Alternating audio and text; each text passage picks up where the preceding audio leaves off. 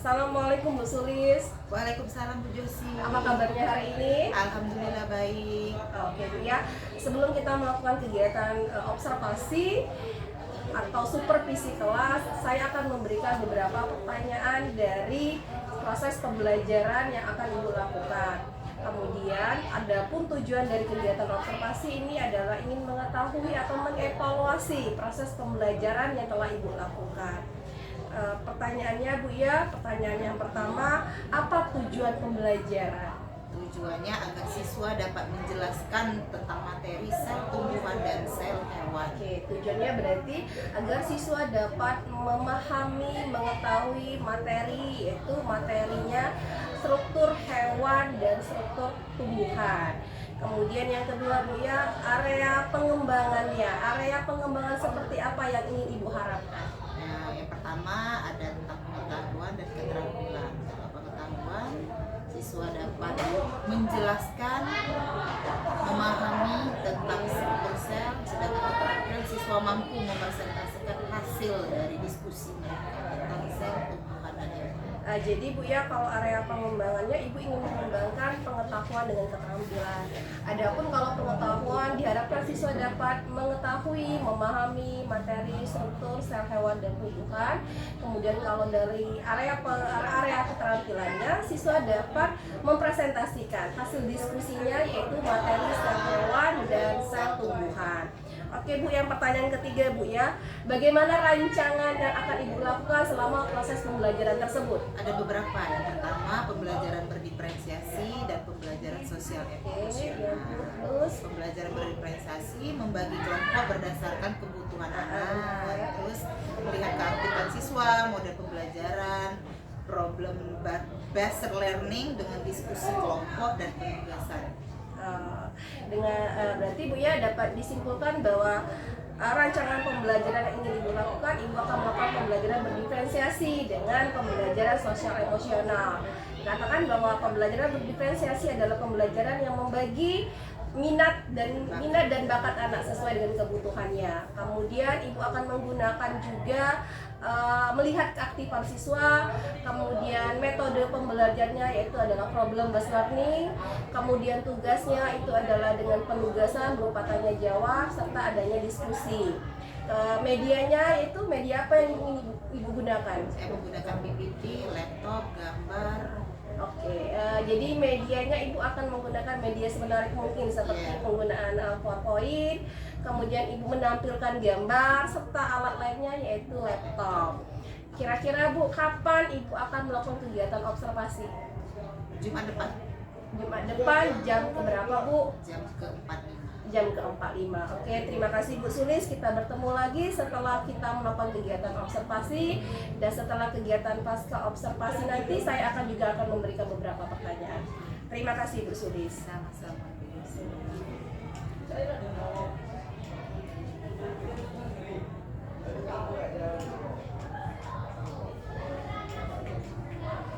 Baca doa.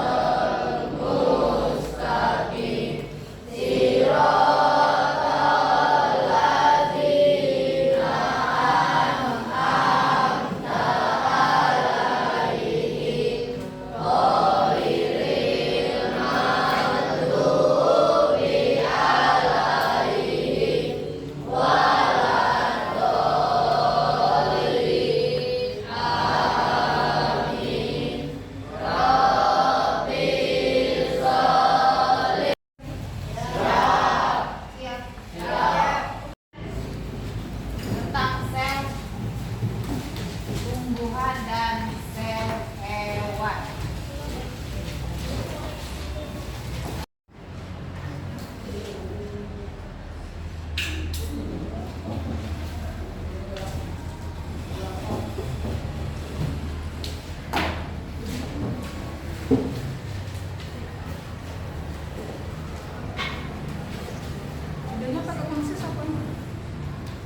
Sel, organel sel.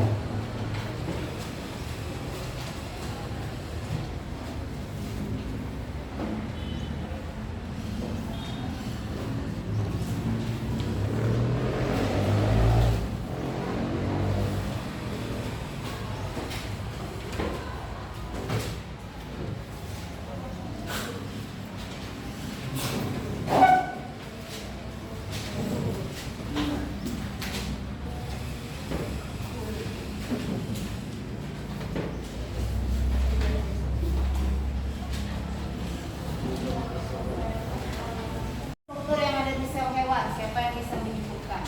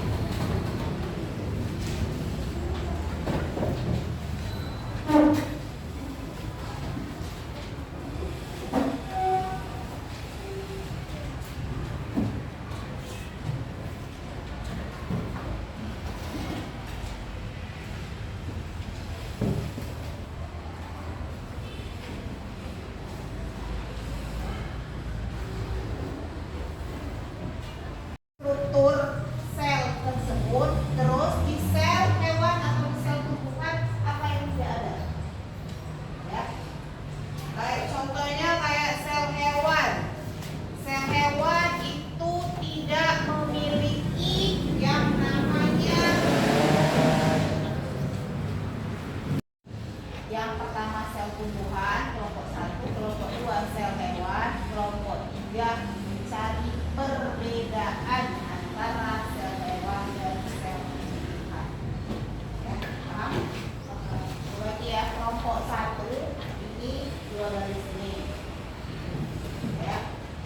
Kelompok 2 2 garis ini. Ya.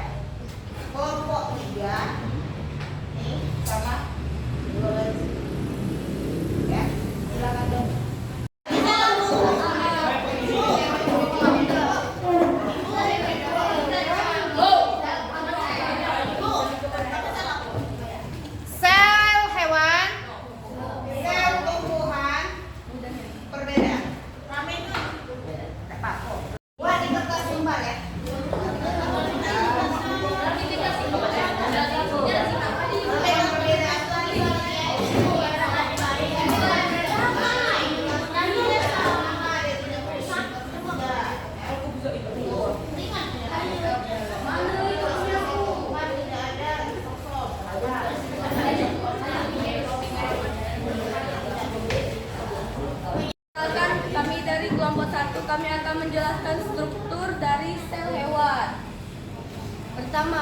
sel. Dinding sel adalah struktur kaku yang terdapat di luar membran sel tumbuhan. Fungsi dinding sel adalah memberi bentuk dan kekuatan pada sel, melindungi sel dari kerusakan mekanik, membantu mengatur pergerakan air. Kedua, nukleus adalah pusat kendali sel. Fungsinya menyimpan DNA materi genetik yang berisi sel, mengatur transkripsi DNA dan RNA, mengontrol sintesis protein. Ketika popula adalah organ yang mengambil air dari badan lainnya. Fungsinya menyimpan air dan jaga makanan, menjaga keseimbangan tekanan dan membantu dalam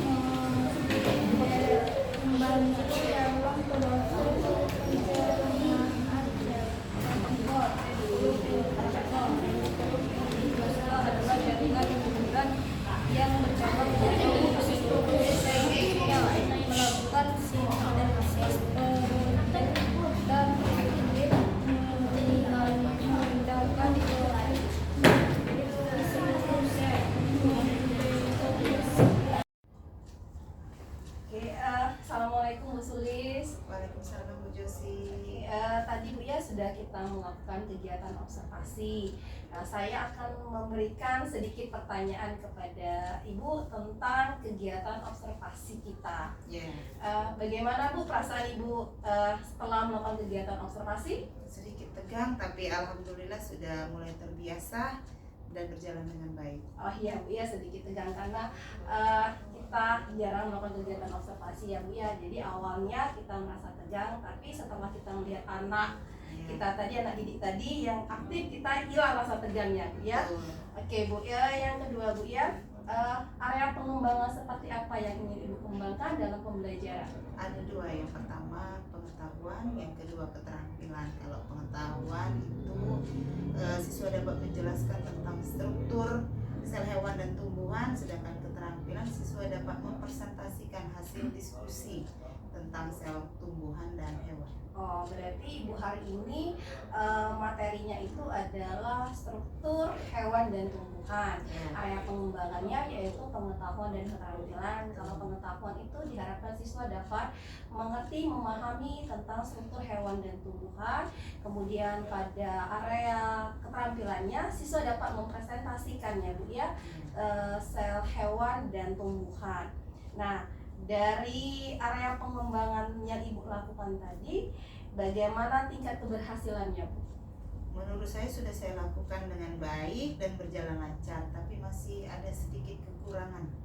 Oke Bu ya, kira-kira Bu kekurangannya seperti apa Bu? Masih banyak siswa yang kurang aktif. Oke, siswanya kurang aktif ya Bu ya. Bagaimana Bu biar siswa itu menjadi aktif dalam mengikuti pembelajaran? Mungkin yang pertama ke pembagian kelompoknya yang kurang sesuai dengan kebutuhan dan minatnya.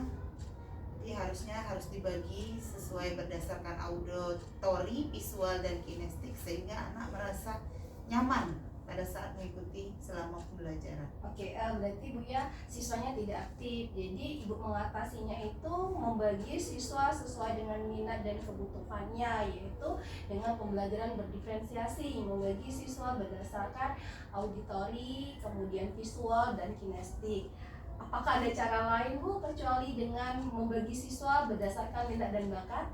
Saya akan mencoba membuat media pembelajaran yang semenarik mungkin dan memberikan pertanyaan pemantik sebelum melakukan pembelajaran sehingga membuat siswa menarik perhatian ke materi yang akan diajarkan. Oke Bu ya, jadi selain melakukan pembagian kelompok tadi, Ibu akan memberikan berupa pertanyaan-pertanyaan tematik yang menarik siswa, kemudian akan memberikan media pembelajaran sehingga siswa lebih tertarik lagi dalam mengikuti pembelajaran. Kira-kira Bu ya, Ibu akan meminta bantuan siapa dalam memilih media pembelajaran atau pertanyaan-pertanyaan tematik tadi? Saya akan mencoba berkolaborasi dengan rekan sejawat, berdiskusi tentang materi dan strategi yang akan diajarkan sesama guru IPA. Oke, jadi Ibu akan melakukan kolaboratif dengan sesama guru IPA ya Bu ya. Kira-kira Bu, kapan itu akan Ibu lakukan? Sesegera mungkin, paling cepat minggu depan. Oke ya, minggu depan ya. Jadi saya berharap minggu depan saya bisa mendapatkan cerita yang lebih baik lagi ya Bu ya. Terima kasih atas waktunya Ibu Sulis. Sama-sama Bu Josi. Oke, baiklah, terima kasih kepada Ibu Josi dan Ibu Sulis. Setelah saya mengamati percakapan pasca coaching antara observasi antara Ibu Josi dan Ibu Sulis, alhamdulillah sudah kena, itu sudah dapat ya.